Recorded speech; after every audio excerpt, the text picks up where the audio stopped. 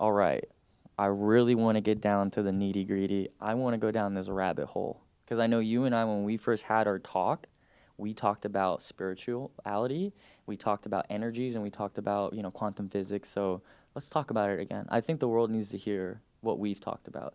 So, embarking on this journey, and you already having experience with DJing, right? You're a DJ. Tell me a little bit about what you see with what sound does to people. Because I know as a DJ, you kind of control the crowd. You can make people excited. You can make people, emotional, sentimental. So tell me what your experience is with the power of sound using music, how it inflicts and essentially works on people. So really, we're all just frequency and vibration at the end of it all. Yes. And it makes sense that music is able to plug us into different levels of being almost, I would say. Because some music makes you happy. That's right. Some music makes you sad. Some music makes you want to, break stuff. Yeah, rage, right? right? Mosh pits. Raging out, which it's underrated. And so, I really look at everything from that lens, that everything is energy, vibration, or frequency, right? It has its own little explanations or distinctions, but I've always just been so passionate about music from my family, and I just have always felt it was such an amazing way to connect with ourselves and what we're feeling, and also with each other. And that's why I got into DJing. I For healing, not really for like entertainment. It's more like to knowing that you are conflicting positive energy onto people. And I'm here for that. Yeah. I feel like in a spiritual sense, that's what I'm here for. That's awesome. I love that. And that's how we actually had a great conversation about that, because people have really forgotten the power of sound, is knowing that when we're developing in our mom's womb, people don't know the five senses, right? The five senses we have, the first sense that we develop is hearing, which is sound. And a lot of people have truly just, I wouldn't say they've forgotten. I think it's like an everyday thing, but it's seeing is believing. And because you can't see sound, we don't talk about it. Yeah, that's an interesting observation. Right? Because everybody says we're always affected. We're always affected by We're and just not controlled by it. conscious of Even like sirens, when sirens are going off, police or ambulances, it shocks some side of psyche spiritually to get our attention, right? So they use sound alchemy. Because I've studied, the African warriors with Mansa Musa, which is the richest man that's ever lived, that they use sound alchemy during wars, and they would literally use drums. Oh, I got chills from that. Right? They use drums to make enemies think that they were somewhere, but they were really over there, and they were just counter flank them and kill them, right? So it's so funny how, like you said, we're all frequencies, and tuning into your frequency is something that I feel like is the mission in life, is finding your energy, right? Is finding that frequency that you tuned in, your song. I like that. And now that we're using sound to do aesthetics, I think, in knowing everything you've gone through with the training, that it's revolutionizing the world as far as what people have believed and what are now believing. Because I believe during COVID, people were really forced to deal with themselves, right? Yeah, for better or for worse. Isolation was the key, right? It made them sit there. They weren't able to, kind of be consumed by the world. They weren't able to go party or go sit in a stadium and, distract themselves, right? I call this a world of mass distractions. Mass distractions. Right? Not mass destruction. It's distractions. They're here to distract us, right? So I think because of it, something really positive happened as far as the consciousness of shift of how people now perceive. And actually, believe it or not, our business was probably the most busiest during COVID, because we were first responders. We were doing COVID tests, and then we would do their Ultherapy. As long as they came back negative, right? But we never saw a lack. We saw more and more and more, because in the early 2018, 17, when I was kind of getting first started, nobody talked about Ultherapy. Now it's kind of making its comeback, and I feel like with the power of sound and the power of affirmations and positivity, we can really shift the world with aesthetics. Yeah, we're waking up. We're waking up, right? The world is waking up, and who would have known that this technology that's been collecting dust in the most doctors' offices is actually the most efficient and profitable machine out there? And I think the world will see that here in the next 5 years. I think people will know Ultherapy as the standard of beauty. because it's powered by energy, it's sound related, and the body responds best to sound. You know, we use different energies to manipulate a process, right? And what I've learned, because of how delicate skin is, that you can't just put an energy on there and expect it to respond the same as others. Because I agree. your The skin nervous is system is very sensitive. very sensitive, right? And that's why a lot of autoimmune disorders and a lot of inflammation sits in our skin. So cleaning that system out using ultrasounds, right? And ultrasounds have been used to clean jewelry, used to clean medical devices. So we know the implosion of the bubbles, right? They essentially clean out all the toxins and all the dust and all the nasty things that we don't want in our skin to allow that foundation to grow. It's kind of like scrubby bubbles Yeah, inside. exactly. It just cleans it all out and it allows it to flush. And of course, because we move the handpiece in a very specific way, we're able to do the lymphatic drainage, which allows the skin to give itself the most potential for most benefits, right? Right. And I actually didn't even know that that was part of the benefits when I came in. Yeah, because how they've promoted Ultherapy is collagen, collagen. Everybody said collagen, collagen this, collagen that. It's so funny because I've studied collagen. There's so many types of collagen, right? You can't take the collagen that's in your skin. It's a very specific type People of are collagen. wasting so much money on that. They are. Not that it's not beneficial, but Yeah. not necessarily working for what they want it to work for. Exactly. Can it work for hair? Yes. Can it work for joints? You know, can it work for inflammation? Of course. It's a protein, right? But collagen is really known for glue. It's a Latin. Collagen means glue in Latin, right? So, That's so cool. right. When I learned that, I'm like, of course it's glue. And just like glue, you know, if you glue something to the wall with time, that starts to break itself down, right? Because it's biodegradable. So are we. We come from the ground, and we're going to end up in the ground. So, it's great that we found a technology that essentially is challenging the survival of how long humans can live, because skin is the most important organ on the body. Why? Because it holds everything together. So when the skin loses its elasticity, its collagen, its foundation, all the organs are no longer intact, right? Because they're moved because the skin is not tight anymore.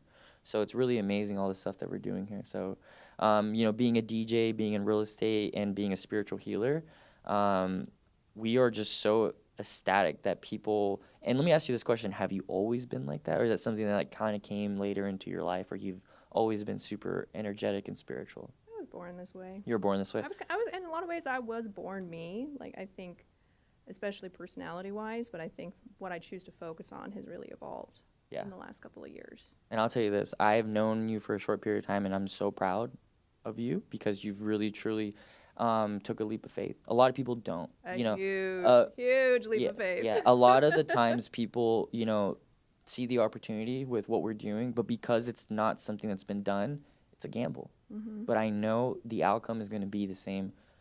It's going to be a part of human shift mindset because now I have people, no doubt. That's the thing is I already see the writing on the wall. Yeah. And I'm sure some of you watching right now may be feeling and seeing the same thing, which is that this is the next big thing. This is the cutting edge of aesthetics and healing the body, period, I think. I agree. I mean, that's why I've been doing this for 9 years. I'm going into my 10th year, and I have seen so many transformations from the inside out, lifestyle changes, relationships, just because you gave them that it factor.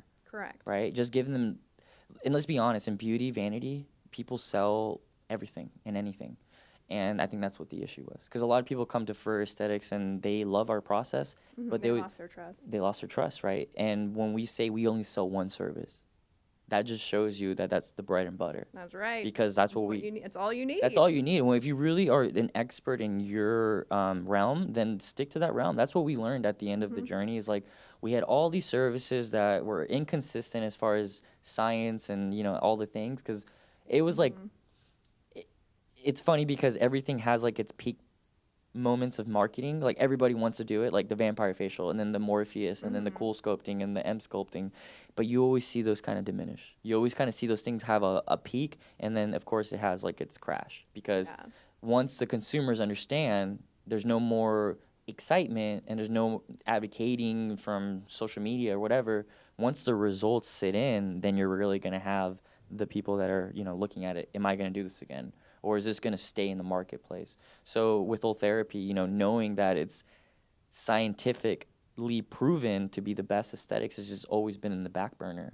Just kind of like no one really knew what to do with it. We're just such a culture of instant gratification, right? And everything's such a fast pace. And I feel that as a culture, we need to grow out of that and look at things from a wider lens. Yes. Which is, you know, with your health, you didn't get sick overnight. That's right. That's right. You know, don't want to say we're all sick, but I want to, you know, we do have different issues within our skin that happen over time, and so we can't always expect it to just reverse overnight. And I think there's still this subconscious expectation. And don't get me wrong, you have a very amazing before and after this procedure. Like, I was pretty darn snatched. I was like, whoa. And it's only getting better. It's only getting better. It's only getting better. I'm only like 45 days in. So. Yeah. And that's the seller, right? It's like when people do like Botox, they get that. Yeah, it's the instant. But as time goes on, it starts to diminish. Mm-hmm. But with Ultherapy, it's like that counter. It's like the more time that goes on, the more younger, the better it gets, right? So it's so funny, like, to see, like, it's kind of coming from a different perspective. It's like, do you want to race or do you want a marathon?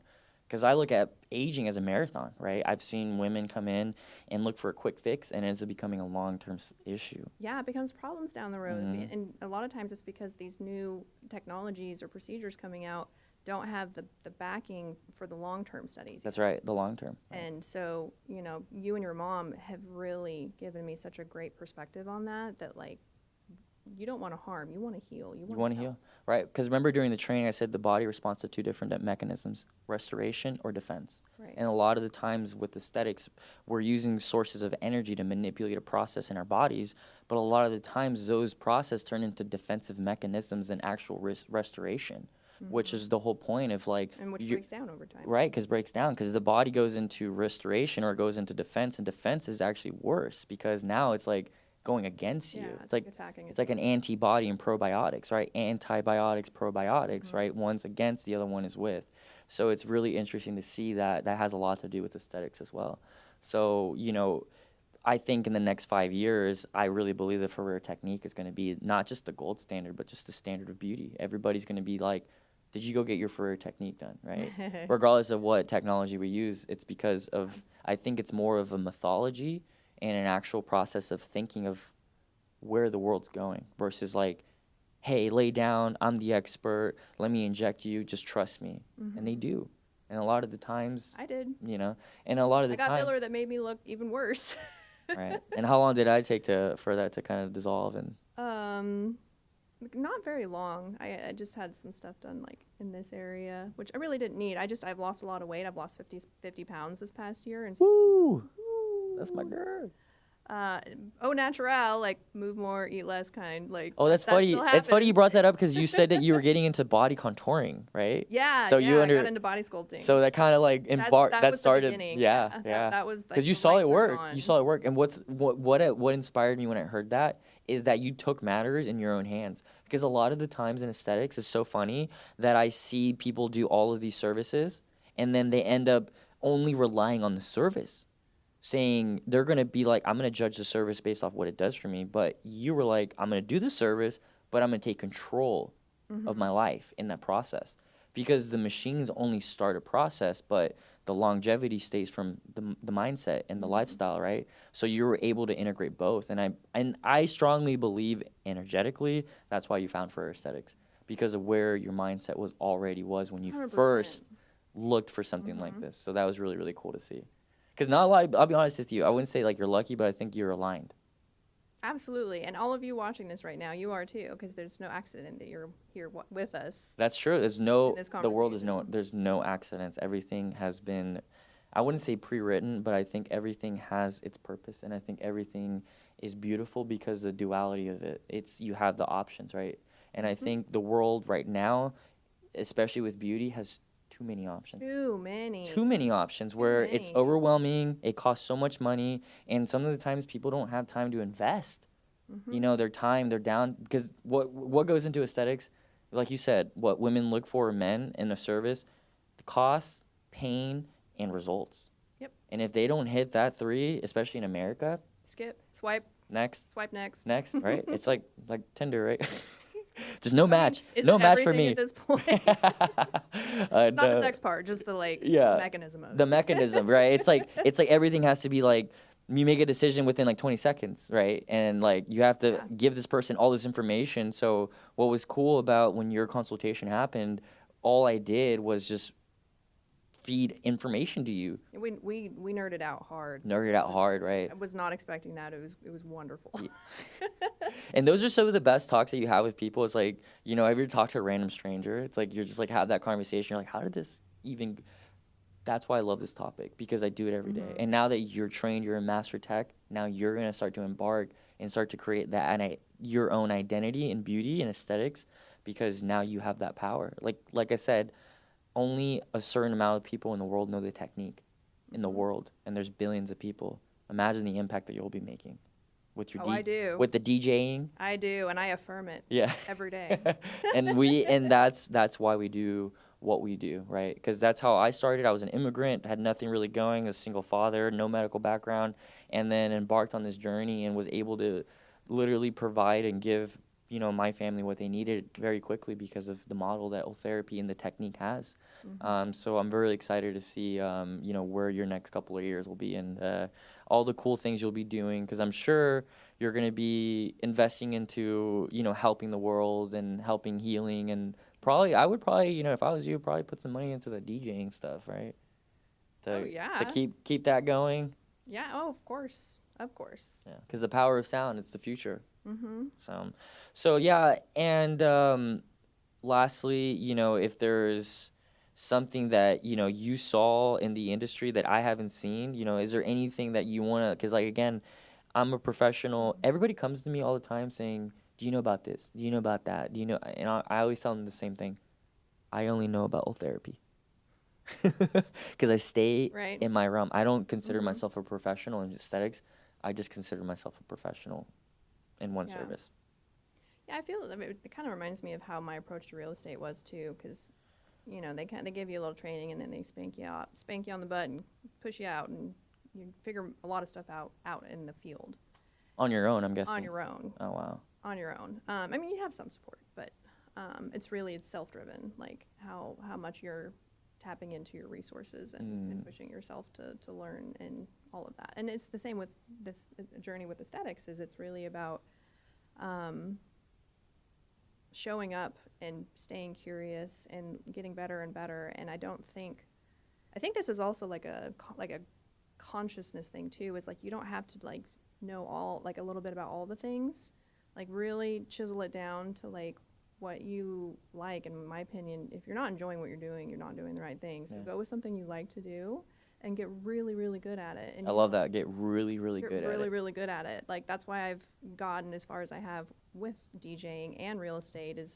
I just go deep and I keep going and you're like Nike. You just do it. You just do it. You just do it, and you I'm figure it out on the way. I think failing is underrated as well. Like you can learn so much. Okay, so I love that. That's what your mindset is because a lot of the times people really just don't know what their potentials are, right? So I'm glad that you're really tapping into that, especially with energy and aesthetics and beauty and DJing, and you're going to keep your real estate license, right? So you're going to do it all. Yeah. So it's just another trade. It's not really a job. Yeah. It's all sacred relationships, the music, the real estate, and with aesthetics, you know, and I just do want to mention that, you know, a big heart song for me in aesthetics is that I'm partnering with women and men that are sometimes late bloomers or just beginning to feel into what it is, how it feels to show up for themselves. Love that. You know, so we're going to end it on that note. That's just the best way to end it is because it's true. Just show up for yourself. This is another episode of Ferrer Aesthetics TV. It's been wonderful to have you. So what we're going to do is we're going to sign off and we'll see you at the next one.